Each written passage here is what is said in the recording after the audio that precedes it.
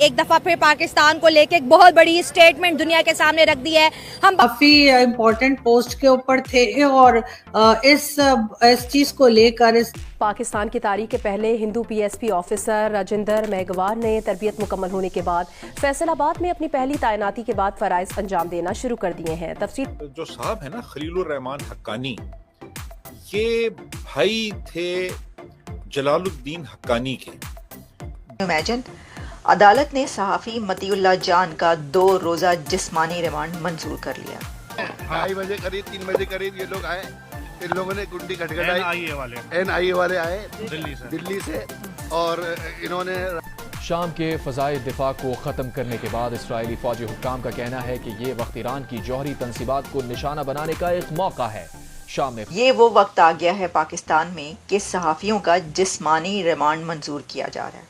गैर कानूनी तौर पर इंडिया के अंदर रह रहे हैं, जिन पर शक है उनके आधार कार्ड चेक किए जा रहे हैं और बहुत सारे लोगों को अरेस्ट भी कर लिया गया है। बेसिक हमारा कसूर अपना है। अच्छा। क्योंकि हम अपनी सेल्फ रिस्पेक्ट करवाना जानते ही नहीं। हमारे पॉलिटिशियंस बाहर जाते हैं जनाब, वो लोन ले रहे हैं, ये कर रहे हैं, उनको ये है ही नहीं कि हम अपनी बिल्डिंग खुद अपने पैरों पे खुद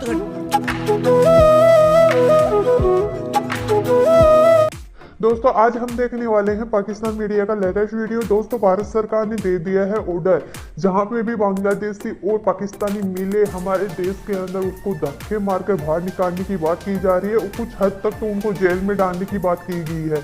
दोस्तों दूसरी तरफ पाकिस्तान में जितने भी आतंकवादी हैं भारत के खिलाफ जो साजिश रच रहे हैं उनको पाकिस्तान में जाकर मार रहे हैं और ये सब में भारत का हाथ बताया जा रहा है। और हमें खुश होना चाहिए कि भारत दूसरी कंट्री में जाकर हमारे हिंदुस्तान को बचाने की कोशिश कर रहा है।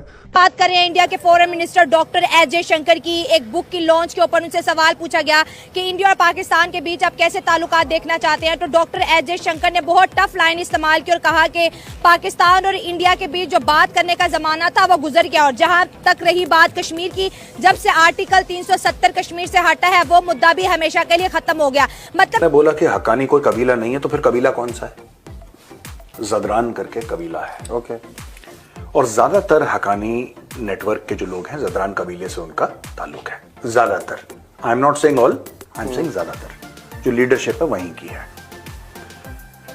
जब 80s में ओसामा बिन लादेन एक सितारा उभर के आ रहा था, जब अफगान वॉर्स चल रहे थे 79 और 89 के बीच में, 1 दशक तक चले वो, जब रूसी फौजें वहां पे थीं, तो अमेरिका ने तैयार करा 2 लोगों को, कई लोगों को तैयार करा, 2 मुख्य तौर पे थे। उसमें से एक ओसामा बिन लादेन था और एक इमद मुगनिया था। वो मर गया बाद में, इमद मुगनिया। ओसामा भी मर गया। इमद मुगनिया की तो स्टोरी बहुत अलग है, किसी दिन मैं स्टोरी सुनाऊंगा उसकी, कि उसको तो बिल्कुल ही धन्यवाद बोला था प्रॉपर। अब हुआ ये कि CIA ने ओसामा बिन लादेन क्रिएट करा, क्योंकि उस समय CIA को लग रहा था कि हथियार है, बड़ा लंबा चौड़ा बंदा है, अरबिक है, राइट। वो ओरिजिनली फैमिली उसकी यमन से है, ओसामा बिन लादेन। ओके। और बिन लादेन कंस्ट्रक्शंस जो हैं, उसके जो बाप की कंपनी थी, उसने मक्का, मदीना, रियाद, इधर बहुत सारी बिल्डिंग्स बनाई थी। और जो रिकंस्ट्रक्शन, मक्का के मेन मस्जिद का जो रिकंस्ट्रक्शन का काम था, उसका भी कॉन्ट्रैक्ट इसी को मिला था। Bin Laden family became one of the richest and biggest builders in the world. Real estate development, ये इनका बेसिकली काम था, बिल्डर थे, रियल एस्टेट डेवलपमेंट, ये सब बिन लादेन कंस्ट्रक्शंस का काम था। कंपनी का नाम बिन लादेन कंस्ट्रक्शंस है, आज भी है वो जी। ओसामा जब अलग हुआ तो ओसामा का ये कहना था कि भाई ऐसा कुरान में लिखा गया है, प्रॉफेट मोहम्मद ने ऐसा बोला है कि जो अरब की जमीन है, क्योंकि सऊदी तो बाद में बना, वो पहले तो हिजाज था उसका नाम, तो हिजाज की जमीन पे कोई गैर मुस्लिम वहां पे नहीं रहेगा इन टर्म्स ऑफ सोल्जर्स, कोई फौजी नहीं रहेगा गैर मुस्लिम। तो वहां से उसने शुरू करा, फिर और चीजें बढ़ती चली गई। CIA ने इसका फायदा उठाया, CIA ने इसको प्रॉपर इनिशियल ट्रेनिंग दिलवाई, इनिशियल फंडिंग तो उसको कोई कमी नहीं थी, क्योंकि अरबपति खानदान का था ये। लेकिन अभी तक आईसिस की तरफ से कोई बयान नहीं आया। अच्छा, इनके कुछ इख्तलाफात जो एक सेंट्रल गवर्नमेंट है जो कंधार बेस्ड है, उनके साथ भी इनके कुछ जो तालिबान की हुकूमत है उनके साथ भी इनके इख्तलाफात चल रहे थे। ये ज़रा थोड़ा सा एक मॉडरेट व्यू रखते हैं इंटरनेशनल रिलेशंस के हवाले से और पॉलिसीज़ के हवाले से। जो कंधार बेस्ड जो तालिबान लीडरशिप है मुल्ला हैबतुल्लाह वगैरह की, वो ज़रा थोड़े से वो थोड़े नहीं बल्कि काफ़ी वो उनके एक्सट्रीमिस्ट व्यूज़ हैं और वो बहुत ज़्यादा एक कह लें कि बहुत ज़्यादा इनके मुकाबले में कंजर्वेटिव हैं।